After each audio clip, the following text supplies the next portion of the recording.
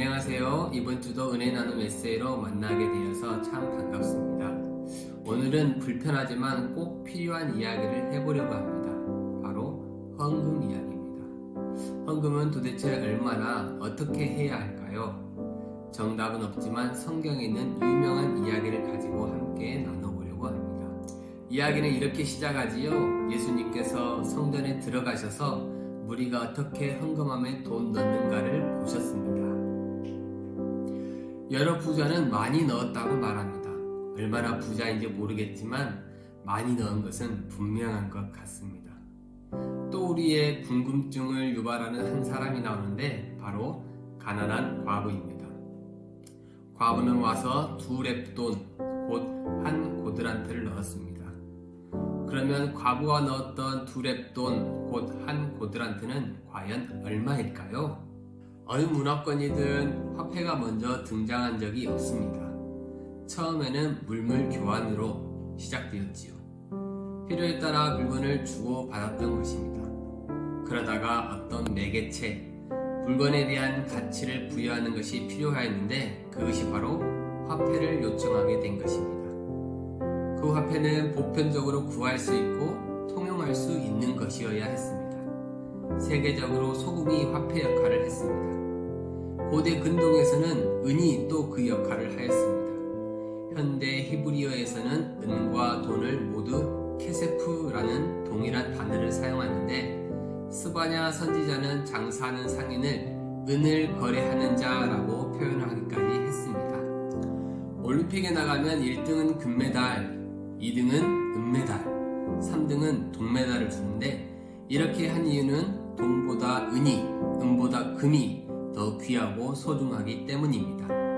옛날에도 은으로 만든 동전보다 대중적으로 흔히 통용되는 작은 단위인 구리 동전이 있었습니다.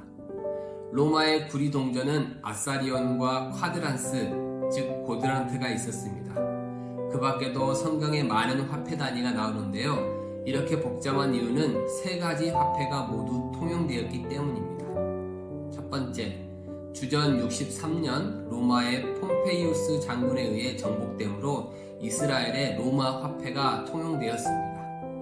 두 번째, 로마 제국 이전부터 사용되던 헬라 화폐도 있었습니다. 세 번째, 이방인들의 화폐를 거부하며 사용하던 이스라엘 자체의 화폐도 있었습니다. 이 시간에는 로마의 화폐 단위인 고드란트, 헬라 화폐인 렙돈에 대해서만 알아보도록 하겠습니다. 먼저 용어 정리가 필요한데요. 기준이 되는 데나리온에 대해서 알아보겠습니다. 로마 사람이 하루 일하면 받는 값이 1데나리온입니다. 그리고 1데나리온은 16아사리온이고 1아사리온이 4고드란트입니다. 1고드란토는 2렙돈이라고 합니다. 즉, 큰 단위부터 정리해서 말씀드리면 1데나리온은 16아사리온, 16아사리온은 64고드란트, 64고드란트는 128렙돈입니다. 그렇다면 1데나리온은 얼마일까요? 성인 한 명이 하루 일하면 받는 품삯이 얼마인지는 어떤 일을 하느냐에 따라 다릅니다. 요즘 건설 현장에서 일하면 10만원 이상도 받고 편의점에서 8시간 최저시급으로 일해도 68,720원을 받습니다. 즉 1데나리온이 얼마인지 1아사리온이 얼마인지 그때 그 가격을 현재 시세로 확인하는 것은 오차가 많을 수 있다는 것입니다.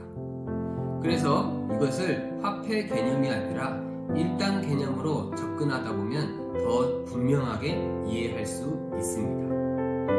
1데나리온이 성인 한 명의 품삯이었다면 1고드란트는 하루 일하면 받는 돈을 한 번 나누고 2번 나누고 3번 나누고 4번 나누고 5번 나누고 6번 나눈 것을 넣었던 것을 말을 합니다. 쉽게 표현하자면 하루 일하면 피자 한 판을 받는다면 그 피자의 64분의 1조각을 넣었던 것입니다.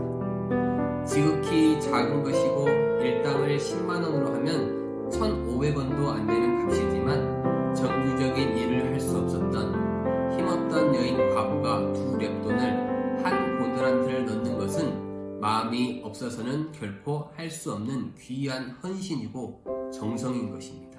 과부에게 있어서 2렙돈 1고드란트는 생활비 전부를 넣었다는 말이 맞는 것입니다.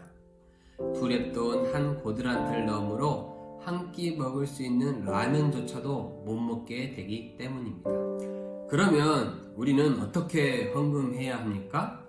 정답은 얼마를 하느냐가 아닙니다. 어떤 마음으로, 어떤 헌신으로, 어떤 결단으로 해야 하는 것이 바로 중요합니다. 부자들이 보여주기처럼 많은 것을 하는 것이 아니라 자원하는 마음으로, 기쁜 마음으로 헌금을 드릴 때 우리 주님이 기뻐 받으시는 것입니다. 내가 헌금을 내면 당장 할 수 있는 것을 못하게 될 수 있지만 능히 그것을 내어드리는 것입니다. 헌금, 자원하는 마음으로, 감사하는 마음으로, 기쁜 마음으로 드려야 합니다. 부자처럼 헌금만 떼어드려서는 안 될 것입니다. 비록 내가 헌금을 드림으로 말미암아 내가 할 수 있는 것들, 내가 누릴 수 있는 것이 줄어든다 할지라도 그럼에도 마음을 다해 정성을 다해 기쁨으로 드리는 저와 여러분들이 되시기를 바랍니다.